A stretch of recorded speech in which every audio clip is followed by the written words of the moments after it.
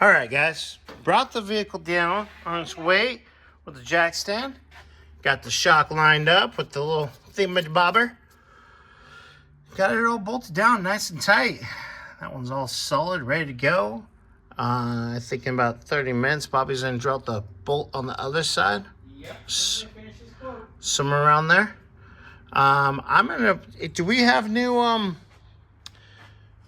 pipe plugs for the block? Pipe plugs and grease plugs? You're hurting my brain. I'm sorry. I've got 15 other things on my mind. Pipe plugs.